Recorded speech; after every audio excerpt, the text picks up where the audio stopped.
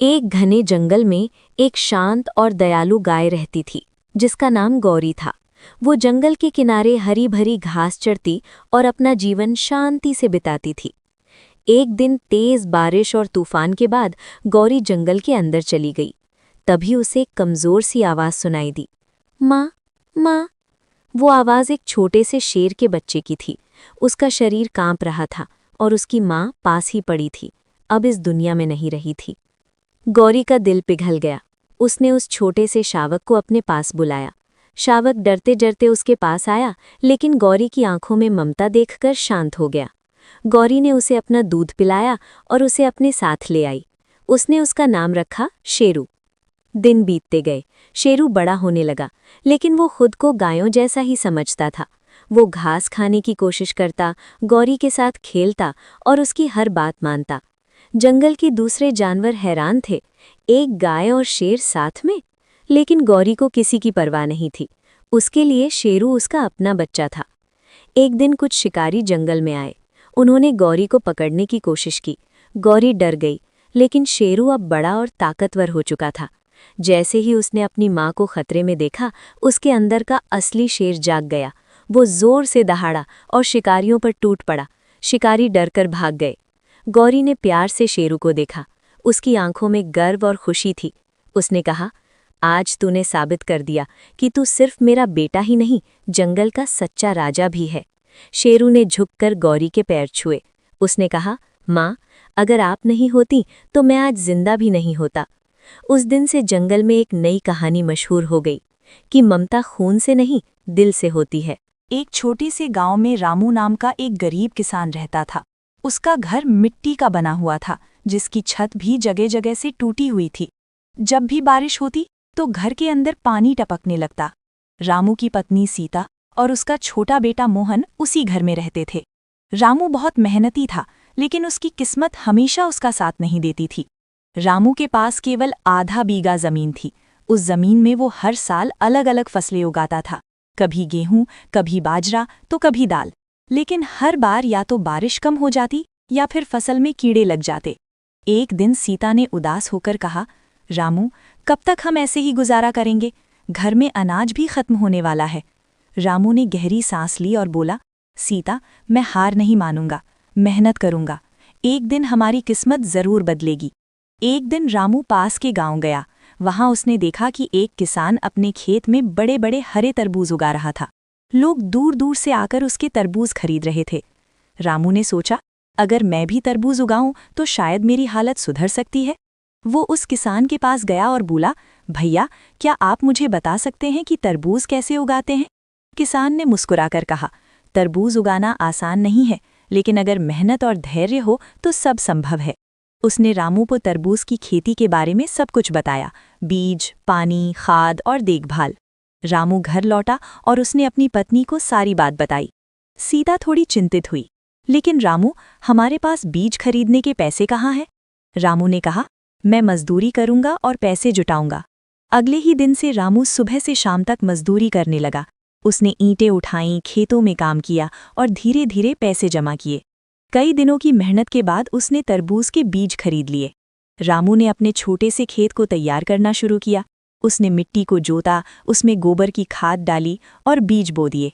हर दिन वो अपने खेत में घंटों काम करता, कभी पानी देता, कभी खरपतवार हटाता और कभी पौधों को कीड़ों से बचाता। गांव के लोग उसका मजाक उड़ाते थे, अरे रामू, तरबूज उगाकर अमीर बनेगा क्या? लेकिन रामू ने किसी की बात पर ध्यान नहीं दिया। कुछ दिनों बाद पौधे धीरे धीरे उगने लगे। छोटे छोटे हरे पत्ते देखकर रामू की आंखों में खुशी आ गई। लेकिन तभी एक बड़ी समस्या आ गई। बारिश बंद हो गई, धूप बहुत तेज हो गई और खेत सूखने लगा। सीता ने घबराकर कहा, रामू, अगर पानी नहीं मिला तो सारी मेहनत बेकार हो जाएगी। रामू ने फैसला किया कि वो हार नहीं मानेगा। गांव से दूर एक छोटा सा तालाब था। रामू रोज वहां से पानी भरकर लाता और अपने खेत में डालता। दिन में कई बार वो भारी भारी बाल्टियां उठाकर लाता। उसके कंधे छिल गए, हाथों में छाले पड़ गए, लेकिन उसने काम नहीं छोड़ा। उसका बेटा मोहन भी उसकी मदद करने लगा। बाबा, मैं भी पानी लाऊंगा, मोहन ने कहा। रामू की आंखों में आंसू आ गए, लेकिन उसने मुस्कुराकर कहा, तू बस पढ़ाई कर बेटा, एक दिन तुझे मेहनत नहीं करनी पड़ेगी। धीरे धीरे पौधे मजबूत होने लगे। कुछ हफ्तों बाद उनमें छोटे छोटे तरबूज दिखने लगे। रामू और सीता की खुशी का ठिकाना नहीं था, लेकिन असली चुनौती अभी बाकी थी। रामू रोज दूर के तालाब से पानी लाकर अपने खेत में डाल रहा था। तेज धूप, थकान और दर्द के बावजूद उसने कभी हार नहीं मानी। धीरे धीरे उसकी मेहनत रंग लाने लगी। कुछ ही दिनों में छोटे छोटे तरबूज बड़े होने लगे। हरे हरे खेत में अब गोल गोल तरबूज चमकने लगे थे। सीता खुशी से बोली, रामू देखो, हमारे खेत में भी बड़े बड़े तरबूज उग रहे हैं। रामू की आंखों में चमक आ गई। हाँ सीता, अब लगता है हमारी मेहनत सफल होने वाली है। गांव के वही लोग जो पहले उसका मजाक उड़ाते थे, अब उसके खेत को देखकर हैरान थे। एक दिन पास के शहर से एक व्यापारी गांव आया। उसका नाम था शंकरलाल। जब उसने रामू के खेत में इतने सुंदर और बड़े तरबूज देखे तो उसकी आंखें लालच से चमक उठीं। वो रामू के पास आया और बोला, अरे किसान, ये तरबूज तो बहुत अच्छे हैं, मैं इन्हें खरीदना चाहता हूँ। रामू खुश हुआ और बोला, जी साहब, आप जितने चाहें ले जाइए। लेकिन शंकरलाल बहुत चालाक था। उसने कहा, मैं तुम्हें पूरे खेत के बदले बहुत कम दाम दूंगा, बस 500 रुपए। रामू चौंक गया। रामू के पास पैसे की बहुत ज़रूरत थी। घर में अनाज नहीं था और कर्ज भी बढ़ रहा था। सीता ने धीरे से कहा, रामू, 500 रुपए भी हमारे लिए बहुत हैं, सोच लो। रामू सोच में पड़ गया, लेकिन तभी उसे अपनी मेहनत याद आई। दिन रात की मेहनत, छाले, दर्द और उम्मीद। उसने हिम्मत करके कहा, नहीं साहब, ये मेहनत की फसल है, मैं इसे इतने कम दाम में नहीं बेचूंगा। शंकरलाल गुस्से से बोला, तुम पछताओगे, और वहां से चला गया। कुछ दिनों बाद अचानक आसमान में काले बादल छा गए। तेज आंधी और बारिश शुरू हो गई। रामू घबरा गया। अगर ये बारिश ज्यादा हुई तो सारे तरबूज खराब हो जाएंगे। वो तुरंत खेत की ओर भागा। बारिश और तेज हवा के बीच रामू अपने खेत को बचाने लगा। वो तरबूजों को मिट्टी से ढकने लगा, पानी को बाहर निकालने की कोशिश करने लगा। सीता और मोहन भी उसकी मदद करने आए। पूरा परिवार रात भर मेहनत करता रहा। अगली सुबह जब बारिश रुकी तो रामू डरते डरते अपने खेत में गया। उसने देखा, अधिकतर तरबूज सुरक्षित थे। रामू खुशी से चिल्लाया, हम बच गए। सीता की आंखों में आंसू आ गए, इस बार खुशी के। कुछ दिनों बाद रामू अपने तरबूज लेकर शहर की मंडी गया। वहां लोग उसके तरबूज देखकर चौंक गए। एक दुकानदार बोला, इतने मीठे और बड़े तरबूज मैंने पहले कभी नहीं देखे। रामू के तरबूज जल्दी ही अच्छे दामों में बिक गए। उसे 500 नहीं बल्कि 5000 रुपए मिले। रामू खुशी से घर लौटा। घने, रहस्यमय और विशाल जंगल के बीचों बीच एक ऐसी दुनिया बसी थी जहां हर जानवर की अपनी कहानी थी, अपना संघर्ष था और अपना एक सपना था। उस जंगल का नाम था अंधकार वन। ये जंगल जितना सुंदर था उतना ही खतरनाक भी। ऊंचे ऊंचे पेड़ जिनकी शाखाएं आसमान को छूती थीं, घना कोहरा जो दिन में भी रात जैसा एहसास देता था, और हर तरफ जानवरों की आवाजें जो कभी सुकून देती थीं तो कभी डर पैदा करती थीं। इसी जंगल में रहता था एक अकेला भेड़िया जिसका नाम था अरुण। अरुण बाकी भेड़ियों जैसा नहीं था। जहां बाकी भेड़िए झुंड में रहते थे, वहीं अरुण अकेला रहता था। जहां दूसरे भेड़िए शिकार के लिए लड़ते झगड़ते थे, वहीं अरुण सोचता था, क्या सिर्फ ताकत ही सब कुछ है? अरुण की आंखों में एक अजीब सी चमक थी, जैसे वो कुछ अलग चाहता हो, कुछ बड़ा। लेकिन जंगल उसे समझ नहीं पाया। बहुत साल पहले अरुण एक बड़े भेड़िया झुंड का हिस्सा था। उस झुंड का नेता था भयंकाल, एक बेहद ताकतवर और निर्दयी भेड़िया। भयंकाल का एक ही नियम था, कमजोर को जीने का कोई हक नहीं। एक दिन झुंड ने एक हिरन के बच्चे को घेर लिया। वो कांप रहा था, उसकी आंखों में डर साफ दिखाई दे रहा था। तभी अरुण आगे आया। उसने कहा, इसे छोड़ दो, ये बहुत छोटा है। भयंकाल हंस पड़ा। जंगल में दया नहीं होती अरुण। लेकिन उस दिन अरुण ने पहली बार झुंड के खिलाफ जाकर उस बच्चे को भागने दिया, और उसी दिन से अरुण को झुंड से निकाल दिया गया। अब अरुण अकेला था। शुरुआत में उसे बहुत मुश्किल हुई, ना कोई साथ, ना सुरक्षा, ना शिकार में मदद। लेकिन धीरे धीरे उसने खुद को मजबूत बनाया। वो पेड़ों की सरसराहट से खतरे पहचानना सीख गया, पानी की हल्की सी आवाज़ से नदी का रास्ता ढूंढना सीख गया, और सबसे ज़रूरी, उसने अपने दिल की आवाज़ सुनना सीख लिया। दिन अरुण जंगल में घूम रहा था कि उसे किसी के रोने की आवाज़ सुनाई दी। वो धीरे धीरे उस आवाज़ की तरफ बढ़ा। एक झाड़ी के पीछे उसे एक छोटा सा खरगोश मिला जिसका पैर फंसा हुआ था। खरगोश डर से कांप रहा था। जैसे ही उसने अरुण को देखा, वो और डर गया। मुझे मत खाओ, प्लीज़। अरुण कुछ देर चुप रहा, फिर उसने धीरे से कहा, मैं तुम्हें खाने नहीं आया। उसने धीरे धीरे जाल काटा और खरगोश को आज़ाद कर दिया। खरगोश ने हैरानी से पूछा, तुमने मेरी मदद क्यों की? अरुण मुस्कुराया, क्योंकि तुम कमज़ोर हो और तुम्हें मदद की ज़रूरत थी। उस दिन से उस खरगोश का नाम पड़ा चीकू। धीरे धीरे पूरे जंगल में एक अजीब सी खबर फैलने लगी। एक भेड़िया है जो जानवरों को खाता नहीं बल्कि उनकी मदद करता है।